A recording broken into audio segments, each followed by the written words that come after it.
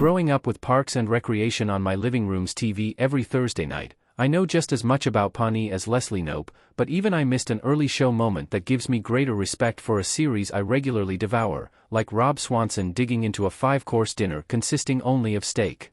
While I believe the show drastically improves over time, I still enjoy the characters set up in Season 1, even the unnamed roles. In fact, all those Pawnee citizens known for being the worst make some of the sitcom's best moments. Amy Poehler's hit comedy spans an impressive 7 seasons, throughout which the main characters undergo major character arcs. Parks and Rec's future timelines especially help spotlight how much the story changes from the park department's early days.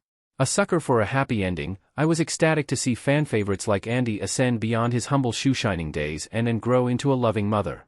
Yet I now find myself strangely more emotional over a brief cameo I recently stumbled upon while watching the show again. Parks and Rec Episode 1's Man in the Slide makes a transformational comeback. The biggest character evolution is one I didn't even notice. In the opening moments of Episode 1, Leslie Knope is introduced getting a drunk man off a children's slide while explaining that the government is meant to help people. I didn't think too highly of the random drunk guy who camped out in the playground. In fact, I gave him very little thought at all, until I realized that he returns in the last episode of the show and seems to have completely turned his life around. In the finale, the slide man visits the parks department wearing a suit and requests a swing repair, expressing care for his community. Parks and Rec's finale cameo ties the show's beginning and end together. The Pawnee residents' glow-up is symbolic of the entire town's growth. Leslie admires the town's new sign and slogan. Once I saw that Slide Man did not slide deeper into his drunkenness as I had assumed, but instead bettered himself, I took a closer look at the town and realized that Leslie Knope frequently saved Pawnee with her unwavering dedication. From reinstating the Harvest Festival to turning Lot 48 into a park, Leslie's team worked to make their unremarkable town special in its own way, one gruesome council meeting at a time.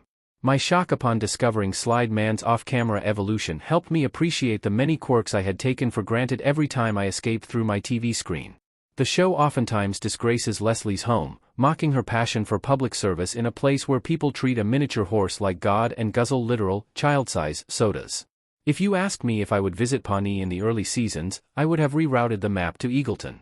However, as episodes gave the show's wonderfully wacky townies more depth, I found myself comforted by the thought of snagging a booth at JJ's Diner or lingering at the bar during a Mouse Rat concert, even if both establishments have raccoons raiding the dumpsters outside thanks to the town's infamous infestation.